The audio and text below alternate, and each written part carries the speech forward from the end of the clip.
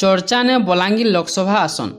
हाँ आज्ञा 2024 इलेक्शन के निकरी 100 पार्टी निजर कैंडिडेट माने डिक्लेयर कर सारिछन। तेबे सारा ओडिशा रे बलांगीर जिल्लार गुटे अलग पहचानटे अच्छे। सेटा राजनीति के निकरी हो कि सामाजिक सांस्कृतिक परंपरा के निकरी।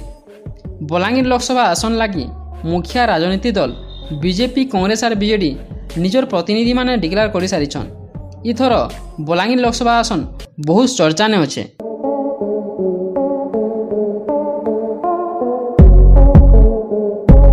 काजे कि न पहला थर लगी इ वर्षर सारा ओडिशा रे चर्चित चेहरा एक्टर मनोज मिश्र के कांग्रेस पार्टी तरफ टिकेट मिलिथिबार बेल के कांग्रेस छाड़ी करी बीजेडी ने जोग देथिबार पूर्वोत्तर मंत्री आर 3 थर विधायक होथिबार सुरेंद्र सिंह भई के बलांगीर लोकसभा सीट रे बीजेडी तरफ टिकट मिले।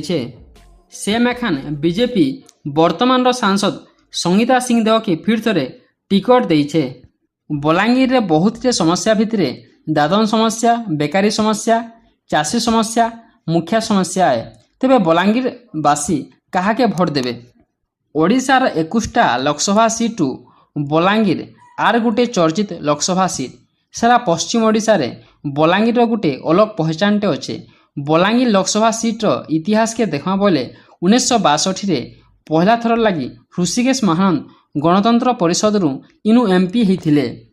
इतार परे राजाराज सिंहदेव स्वतंत्र पार्टी नु एमपी होते। इ सीट्रु बालगोपाल मिश्र, शरद पट्टनायक, कलिकेश नारायण सिंहदेव मेतान लीडर माने सांसद हो जाइछन। तेबे बलांगीर लोकसभा सीट रे बीजेपी पार्टी दबदबा रही।